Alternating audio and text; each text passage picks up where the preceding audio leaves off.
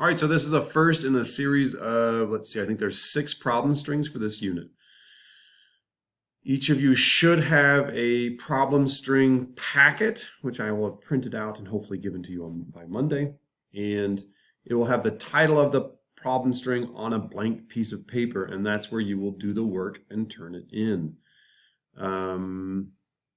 This first one is called Boxes and Pencils, and we are going to feature the ratio table to do this work for most of them, pretty much all of them, I think. Again, sometimes that ratio table can be horizontal. It can also be vertical, so I'm going to be using the vertical one. So my favorite pencils in the world come in boxes of 35.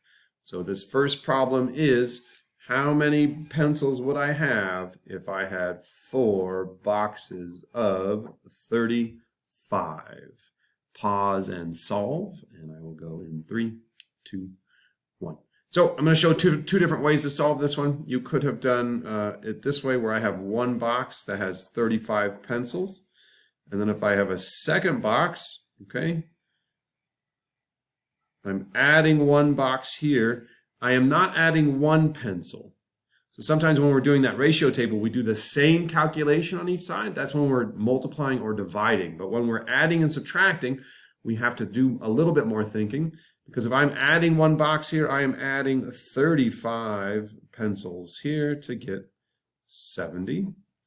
If I add another box to get 3 boxes, I have to add another 35 to get 105 pencils. And then if I add my 4th box, adding one box here, another 35 pencils over here to get us to 140 pencils. If you wanted to do it by doubling, which would be a little bit more efficient, I have 1 and 35. So if I'm going to double, so that means I'm going to multiply by 2 here to get 2. I'm going to multiply by 2 here to get 70. And then I'm going to double one more time to get to 4. So I'm multiplying by 2, which means I multiply by 2 over here to get to 140. All right, so the next problem is, how many pencils would come in 40 boxes? So 40 boxes of 35 pencils. I'm going to solve it 2 different ways in 3, 2, 1. Let's go. So again, I have one box, 35 pencils. I could then multiply this by 10 to get to 10 boxes, which I'm multiplying by 10 over here to get to 350. Again, those digits shifting one space each. And now I got to get, what, 4 more. Multiplying by 4, this one is going to be a little confusing, so I'm going to double twice. So here I'm going to double to 20, which means I'm going to double this to 700. And I'm going to have to do one more double to get to 40.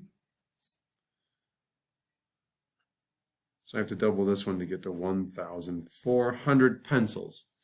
What we could have done here is we could have used the information up here, because we already knew that 4 boxes have 140 pencils in it. We'd already done that work, which means I would just have needed to multiply by 10 to get to 40, and multiplied this by 10 to get to 1,400. Much more efficient way over here.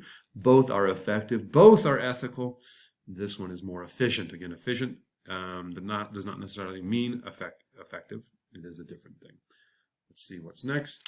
All right, so in this one, we're going to look at how many pencils are in 39 boxes. Pause and solve, and I will solve in 3, 2, 1. Hopefully what you did is you used the information up here, knowing that in 40 boxes we have 1,400 pencils. And now all we need to do is remove one box to get the 39. But remember, we're not removing one pencil, we are removing 35 pencils. And if I know my hundreds groupings, which I should, because I know 35 plus 65 gets me to 100. So that means I have 1,365 pencils. If you went a different route and did more calculations, that's fine, as long as you got an effective answer of 1,365. However, the most efficient thing that you could have done, and the best thinking you could have done, was using the work that we've already done. All right, in this one, we're going to look at 44 boxes of 35 pencils. In 3, 2, 1. You should have paused it by now and solved it. And here I go. So what do we know? We know 40 boxes from a previous problem is 1,400. And we also have 4 boxes. We know that 4 boxes is 140 pencils. So now I'm going to add those together to get 44 boxes at 1,540 pencils. All right, now we're going to switch gears a little bit and think about division. Now remember, when we're thinking about division, we can always use multiplication to help us with that. So in this problem, we're going to think about, we still have boxes of 35 pencils, and I want to know how many boxes would we have if we had 140 pencils. So this is 140 pencils divided by those 35 pencils in a box, and we should find an answer here in 3, 2, 1, 0. So again, we could use multiplication because I know one box has 35 pencils in it, so that means 2 boxes have 70. And 4 boxes have 140. So this answer here, 140 divided by 35, that does equal 4, and 4 boxes. Again, using that multiplication to help us think through division. Let's look at the next. All right, in this one we're going to think about, what about 1,400 pencils? How many boxes would we have? And I'll solve that in 3, 2, 1. All right, the reason I didn't do another ratio table is because I'm just going to extend this one because I see that relationship between 1,400 and 140. I'm just multiplying that by 10, aren't I? To get 1,400, which is that total we're looking for. So that means I need to multiply my boxes by 10, which gets me to 40. So 1,040 divided by 35 is 40. All right, what if I had 1,435 pencils? How many boxes would I have? In 3, 2, 1. I should have had my table over more this way because I kind of blocked it off. But I am going to use this information up here. So if I know that in 40 boxes, there's 1,400, and I know that in one box there's 35. I'm going to add those together to get 41 boxes, having 1,435 pencils. So my answer being 41 boxes. All right, in this one I'm going to think about 1,470 pencils. How many boxes would I have with 35 pencils in each box? In 3, 2, 1. Well, here again, if I know,